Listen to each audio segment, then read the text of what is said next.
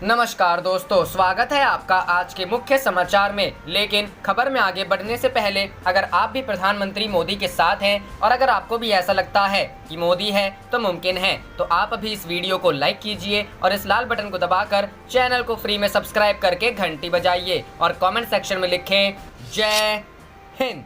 रुख करते हैं पहले खबर की तरफ। गहलोत गुट को झटका, हाईकोर्ट की टिप्पणी, पार्टी मीटिंग पर व्हिप नहीं होता लागू। जी हां दोस्तों, राजस्थान में बागी रुख अपना चुके सचिन पायलट गुट की याचिका पर हाईकोर्ट में सुनवाई चल रही है। हर किसी की नजरें अदालत पर टिकी है, क्योंकि इसी फैसले पर अशोक गहलोत की सरकार का भविष्य तय हो सकता है। लेकिन सोमवार को अदालत की ओर से की गई एक टिप्पणी गहलोत गुट के लिए चिंता का विषय बन सकती है, क्योंकि अदालत ने कहा कि पार्टी की बैठक के लिए व्हिप को लागू नहीं किया जा सकता है। दरअसल कांग्रेस पार्टी ने लगातार 2 बार विधायक दल की बैठक बुलाई और व्हिप जारी किया। इसका पालन न होने पर ही स्पीकर ने पायलट गुट को नोटिस जारी किया। इसी के खिलाफ सचिन पायलट गुट की ओर से हाईकोर्ट में याचिका दायर की गई थी। इसी दौरान सोमवार को सुनवाई के बीच अदालत में पक्ष रखते जा रहे थे तो चीफ जस्टिस ने सवाल किया कि क्या मीटिंग के लिए कोई पार्टी व्हिप जारी कर सकती है, जिसके बाद उन्होंने खुद कहा कि किसी पार्टी मीटिंग के लिए व्हिप लागू नहीं होता है। बता दें कि विधानसभा अध्यक्ष की ओर से जो नोटिस दिया गया है उसकी तारीख भी आज ही खत्म हो रही है।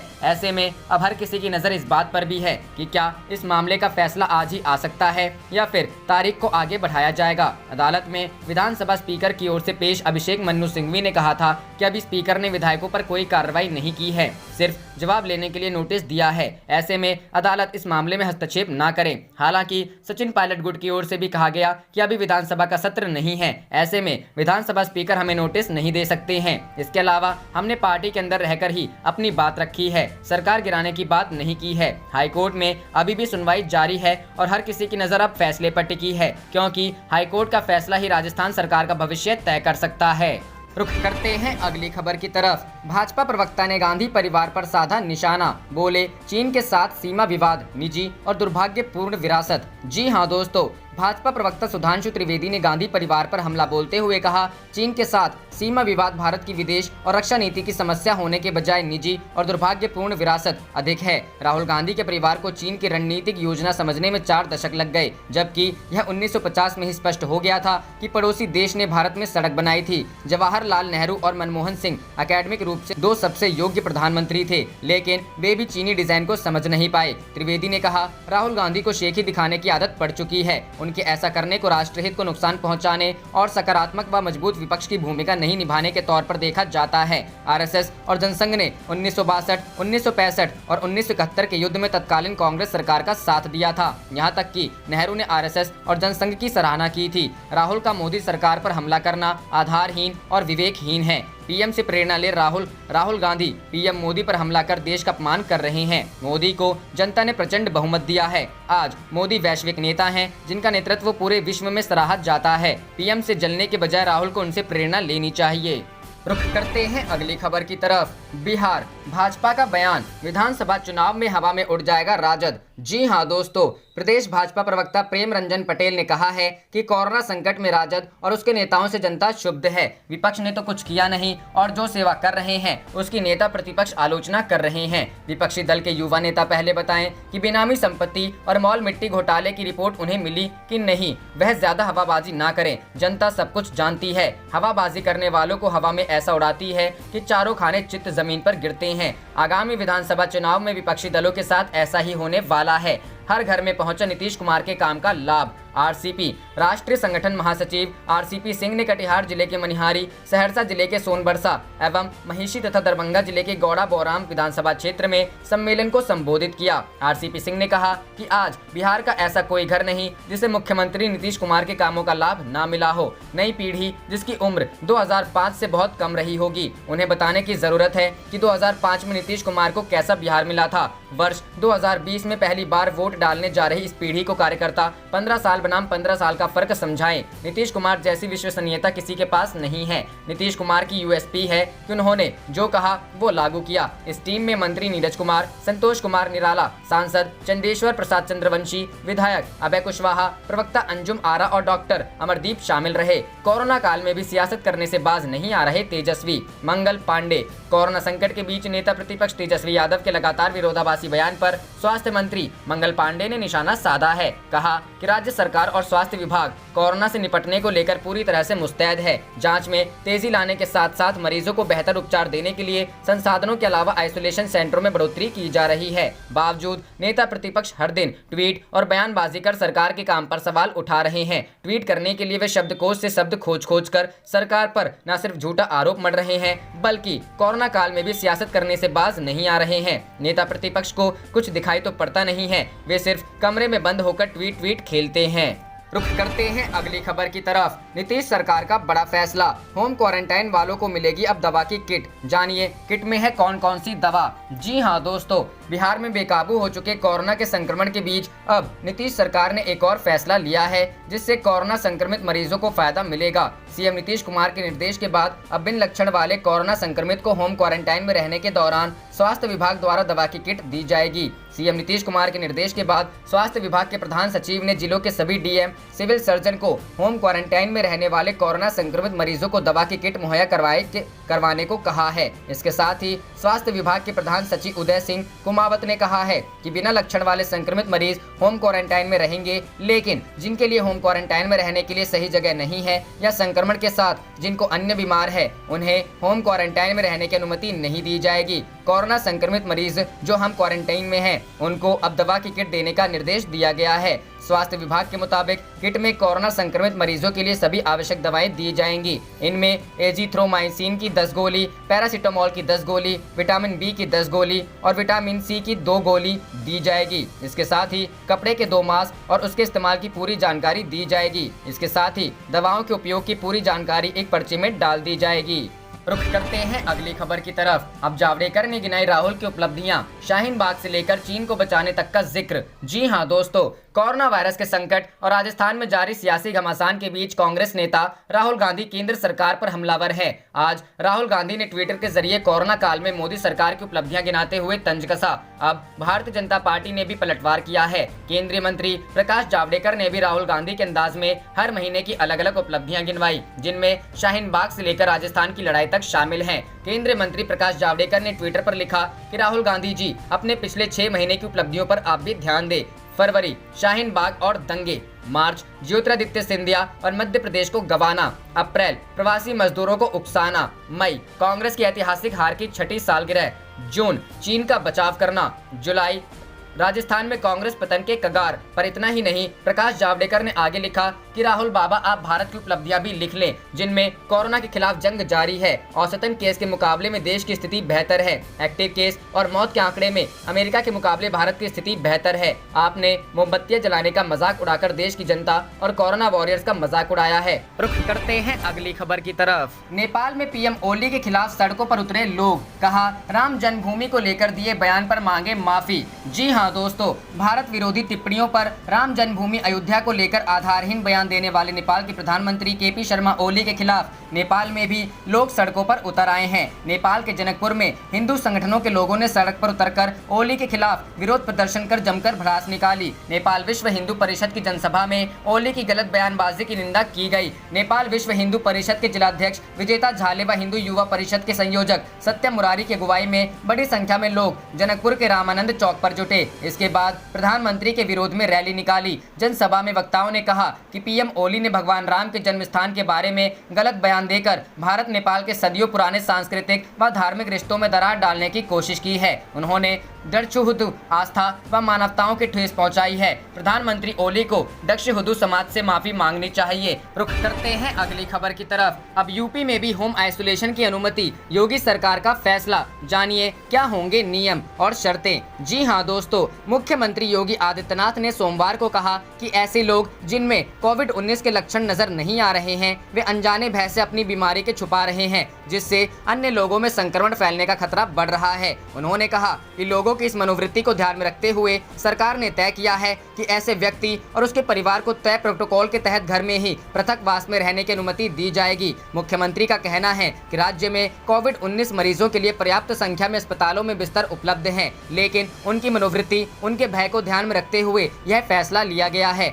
अनलॉक 2.0 की उच्च स्तरीय समीक्षा बैठक में मुख्यमंत्री ने कहा, इस व्यवस्था को लागू करने के साथ साथ लोगों को कोरोना वायरस संक्रमण से बचाव और उससे जुड़ी अन्य जानकारियां दी जाए, लोगों को एहतियाती उपायों और अन्य बातों के बारे में जागरूक किया जाए ताकि उनका भय मिटे। योगी ने कहा कि व्यापक जागरूकता अभियान चलाया जाए, इसमें प्रिंट, इलेक्ट्रॉनिक और सोशल मीडिया सहित बैनर, होर्डिंग, पोस्टर तथा पब्लिक एड्रेस सिस्टम का उपयोग किया जाए। उन्होंने अनिवार्य रूप से मास्क के उपयोग और 2 गज की दूरी के नियम की सख्ती से पालन कराने का निर्देश दिया। मुख्यमंत्री ने कहा कि कोविड-19 के बचाव के लिए रोग प्रतिरोधक क्षमता का मजबूत होना आवश्यक है। उन्होंने कहा कि लोगों को आरोग्य सेतु ऐप तथा आयुष कवच कोविड ऐप को डाउनलोड करने के लिए प्रोत्साहित किया जाए। उन्होंने कहा कि लोगों को यह समझाया जाए कि आयुष कवच कोविड ऐप में दी गई जानकारी की मदद से रोग प्रतिरोधक क्षमता बढ़ाई जा सकती है। मुख्यमंत्री ने कहा कि घर घर जाकर सर्वेक्षण करना इस बीमारी से उन्मूलन के लिए आवश्यक प्रक्रिया है। इससे कोविड-19 के रोगियों को चिन्हित करने में मदद मिल रही है। उन्होंने सर्वेक्षण जारी करने का निर्देश देते हुए कहा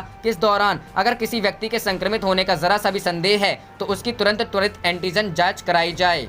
रुख करते हैं अगली खबर की तरफ। केंद्रीय टीम ने कोरोना को लेकर दिए अहम निर्देश, आयुर्वेदिक काढ़ा प्रमोट करने की भी कही बात। जी हां दोस्तों, बिहार में कोरोना के मामले में लगातार बढ़ोतरी हो रही है। केंद्रीय टीम की हुई आज बैठक में लव अग्रवाल ने स्वास्थ्य मंत्रालय को कई अहम निर्देश दिए। उन्होंने कहा कि बिहार में बेंगलुरु की तर्ज पर काम करने की जरूरत है। लैब में जांच क्षमता बढ़ाना ही होगा और RT-PS के माध्यम से अधिक जांच होनी चाहिए। कंटेनमेंट जोन पर ज्यादा ध्यान। लव अग्रवाल ने कहा कि कई जिलों में कोरोना का संक्रमण तेजी से फैल रहा है। ICU बेड बढ़ाए जाने की और कंटेनमेंट जोन पर अधिक ध्यान देने की जरूरत है। इस पर ध्यान दिए बिना बिहार में संक्रमण पर नियंत्रण नहीं किया जा सकता है। 300 घर पर एक टीम कम। केंद्रीय टीम ने कहा कि 300 घरों को मिलाकर एक टीम है जो काम कर रही है, लेकिन ये कम है। एक टीम 8 दिनों में दोबारा जानकारी लेने जा रही है। टीम की संख्या बढ़ाए जाने की जरूरत है। कोरोना संक्रमण को रोकने के लिए इस पर ध्यान देने की विशेष जरूरत है। आयुर्वेदिक काढ़ा करे प्रमोट। केंद्रीय टीम ने स्वास्थ्य मंत्रालय को आयुर्वेदिक काढ़ा को प्रमोट करने का सुझाव दिया है। साथ ही लव अग्रवाल ने कहा है कि गर्भवती और बुजुर्गों की पहचान जरूरी है, इससे लोगों की जान बचाई जा सकती है। गया की चिंताजनक हालत। लव अग्रवाल ने कहा कि बिहार में गया की स्थिति चिंताजनक है। उन्होंने कहा है कि हर लैब को 100% कैपेसिटी से कम करना चाहिए। वेंटिलेटर और ऑक्सीजन सिलेंडर पर ध्यान देने की जरूरत है। मुंबई के धारावी में मामले बढ़ तो टेम्पररी हॉस्पिटल बनाया गया। मुंबई में 1000 बेड पर 50 डॉक्टर काम कर रहे हैं। साथ ही उन्होंने ये भी कहा कि कोविड अस्पतालों को बढ़ाने की जरूरत है।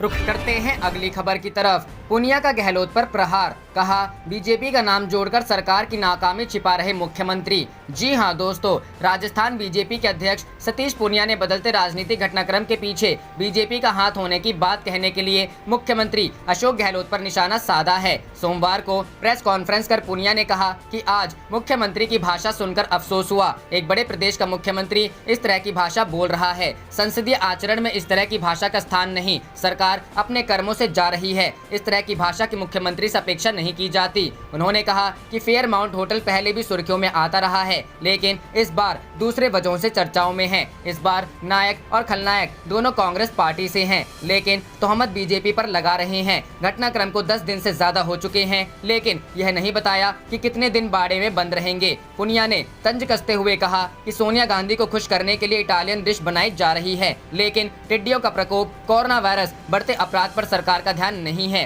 राजस्थान में अघोषित आपातकाल है। पुनिया ने गृह विभाग के नोटिफिकेशन पर कहा कि सीबीआई जांच को लेकर है नोटिफिकेशन है, इसका मतलब दाल में कुछ काला है। ऐसा लगता है मुख्यमंत्री ने हार मान ली है, तभी व्यक्ति इस तरह की भाषा उपयोग करता है। मैं बीजेपी का प्रदेश अध्यक्ष हूं, मैंने मानेसर नहीं गया, पायलट कैंप से नहीं मिला। न्यूज चैनलों के साथ मुख्यमंत्री भी झूठ बोल रहे हैं। उन्होंने सवाल पूछा कि मैं दिल्ली क्या सरकार गिराने ही जाता हूं, मुझे पार्टी से जुड़े कई काम होते हैं। रुख करते हैं अगली खबर की तरफ। विदेश मंत्री ने किया साफ, भारत किसी गठबंधन का नहीं बनेगा हिस्सा, फ्री ट्रेड जल्दबाजी नहीं। जी हां दोस्तों, विदेश मंत्री एस जयशंकर ने 2 टूक कहा है कि चीन के उद्भव से दुनिया में कई तरह के बदलाव आ रहे हैं और इसकी वजह से नए वैश्विक गठबंधन के आसार भी बन रहे हैं, लेकिन भारत किसी भी तरह के गठबंधन सिस्टम का हिस्सा नहीं बनेगा। जयशंकर के मुताबिक 1 या 2 शक्तियों पर केंद्रित रहने वाली वैश्विक व्यवस्था का अंत हो चुका है और अब जो नया ढांचा विकसित हो रहा है उसमें कई तरह की छोटी बड़ी शक्तियां सक्रिय होंगी। चीन के साथ भारत के बेहद तनावपूर्ण रिश्ते और अमेरिका के साथ भारत के गहरे होते रणनीतिक रिश्तों को देखते हुए विदेश मंत्री का यह बयान काफी मायने रखता है। उनके बयान से साफ है कि भारत भी अपने आप को एक उभरती शक्ति के तौर पर देख रहा है। सोमवार को माइंड माई नेक्स्ट प्रोग्राम में हिस्सा लेते हुए विदेश मंत्री ने चीन के साथ भारत के रिश्ते और वैश्विक स्तर पर चीन के बढ़ते दबदबे के संदर्भ में भारत की नीतियों का भी जिक्र किया। चीन से भारत के पीछे छूट जाने की वजहों का खुलासा करते हुए उन्होंने कहा कि मुख्य तौर पर औद्योगिकीकरण पर ज्यादा ध्यान नहीं देने और कई आधारभूत सुधारों को करने में देरी से ऐसा हुआ।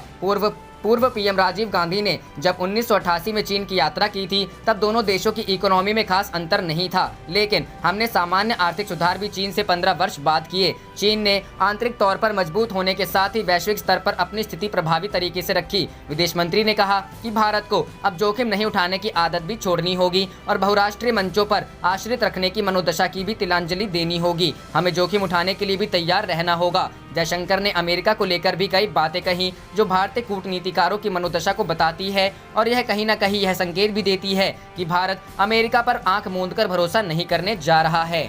रुख करते हैं अगली खबर की तरफ। मुख्यमंत्री अशोक गहलोत सहित 102 विधायकों के खिलाफ महामारी एक्ट के तहत कोर्ट में शिकायत दर्ज। जी हां दोस्तों, राजस्थान के सियासी संकट में हर दिन एक नया मोड़ आ रहा है। अब बीते दिन रविवार को राजस्थान के मुख्यमंत्री अशोक गहलोत सहित 102 विधायकों के खिलाफ महामारी एक्ट के तहत अदालत में शिकायत दर्ज कराई गई है। अदालत में ये शिकायत वकील ओम प्रकाश ने दायर की है। ओम प्रकाश की ओर से बताया गया है कि कोरोना काल में 6 फीट की दूरी का नियम लागू है, रात्रि में कर्फ्यू है, कहीं भीड़ जमा नहीं हो सकती है। इस सब के बावजूद होटल फेयरमाउंट और सीएम हाउस में लगातार भीड़ का जमावड़ा लगातार हो रहा है। होटल में ठहरे कोई विधायकों का समूह कभी फुटबॉल खेल रहा है तो कभी ताश। इस दौरान इनके बीच सोशल डिस्टेंस का कोई ध्यान नहीं रखा जा रहा है और ना ही कोई मास्क लगाए दिखाई देता है। अपनी निजी महत्वाकांक्षा के चलते सीएम गहलोत ने अपने सरकार आवास व निजी होटल पर तकरीबन 150 से 200 के बीच जनप्रतिनिधियों और अन्य ड्यूटी कर्मियों का जमावड़ा किया, जबकि इस आयोजन की कोई वैधानिक अनुमति नहीं ली गई थी। इससे राज्य सरकार के आदेश और कोरोना को लेकर लागू किए गए कानून का उल्लंघन हुआ है। इससे पहले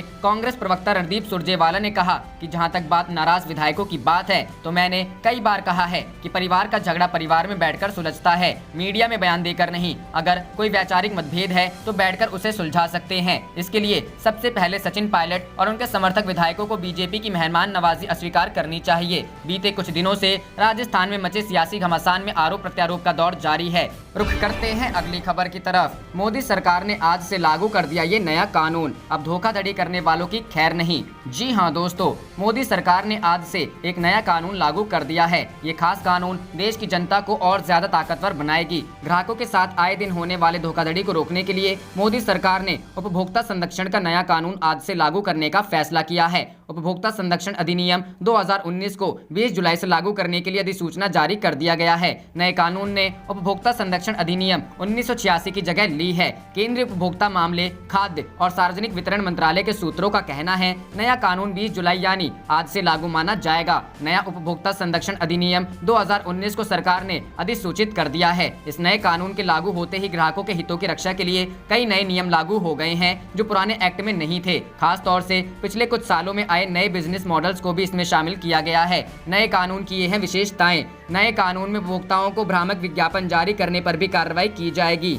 उपभोक्ता देश के किसी भी कंज्यूमर कोर्ट में मामला दर्ज करा सकेगा। नए कानून में ऑनलाइन और टेली शॉपिंग कंपनियों को पहली बार शामिल किया गया है। खाने पीने की चीजों में मिलावट होने पर कंपनियों पर जुर्माना और जेल का प्रावधान। कंज्यूमर मीडिएशन सेल का गठन, दोनों पक्ष आपसी सहमति से मीडिएशन सेल जा सकेंगे। पिल या जनहित याचिका अब कंज्यूमर फोरम में फाइल की जा सकेगी। पहले के कानून में ऐसा नहीं था। कंज्यूमर फोरम में 1 करोड़ रुपए तक के केस दाखिल हो पाएंगे। State consumer dispute redressal commission में 1 करोड़ से 10 करोड़ रुपए तक के केसों की सुनवाई होगी। National consumer dispute redressal commission में 10 करोड़ रुपए से ऊपर केसों की सुनवाई। बताते चले कि संरक्षण अधिनियम 2019 काफी समय पहले तैयार हो चुका है। हालांकि इस कानून को कुछ महीने पहले ही लागू होना था, लेकिन कोरोना महामारी फैलने और लॉकडाउन की वजह से इसे टाल दिया गया था। अगले हफ्ते से इस नए कानून को लागू कर दिया जाएगा।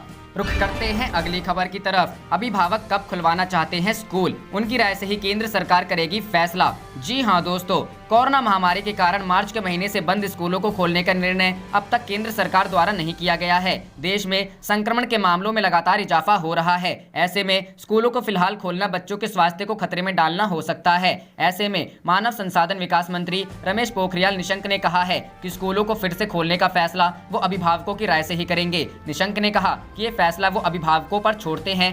स्कूल कब से खुलवाने हैं, अगस्त, सितंबर या फिर अक्टूबर, किस महीने में स्कूल खुले, ये राय अभिभावक ही देंगे। इसके साथ ही स्कूल खुलने के बाद अभिभावकों की स्कूल प्रशासन से क्या अपेक्षा रहेगी, इसके बारे में भी अभिभावक सरकार को बताएं। अनलॉक 2 की समय सीमा 31 जुलाई को समाप्त हो रही है। आप देख रहे थे आपका अपना चैनल जय हिंद जय भारत।